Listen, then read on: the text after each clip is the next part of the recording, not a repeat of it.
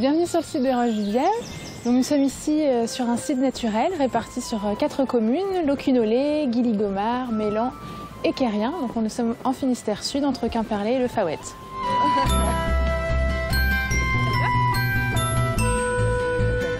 Alors on va découvrir la première roche du site pour vous donner une première impression de ce qu'est le site des Roches du Diable.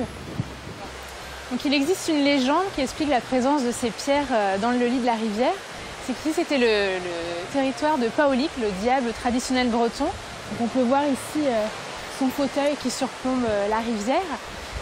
Mais Paolic a été furieux que Saint-Guénolé arrive sur ces terres pour prêcher la bonne parole aux habitants. Et donc une lutte acharnée s'est engagée entre les deux protagonistes.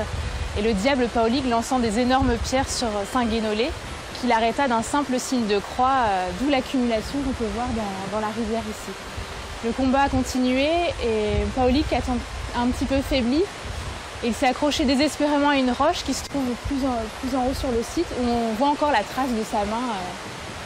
Il a tenté de s'agripper avant de tomber vraiment dans la rivière, dans le fameux trou du diable, qui est un trou très profond qu'on trouve dans la rivière.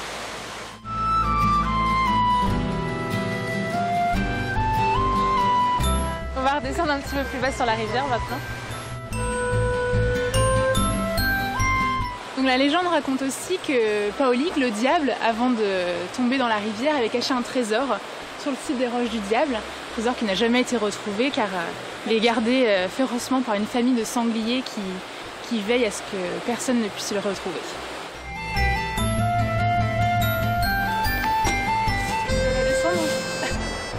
Alors c'est dans cette partie ici de l'Ailé qu'on a le fameux trou du diable, donc ce fameux gouffre où le diable serait tombé. Donc c'est un trou d'une profondeur d'environ 10 mètres. Ce qu'on a. Et puis le rocher qu'on voit juste derrière, c'est ce qu'on appelle le tombeau de Paolic. Donc c'est là qu'il repose désormais.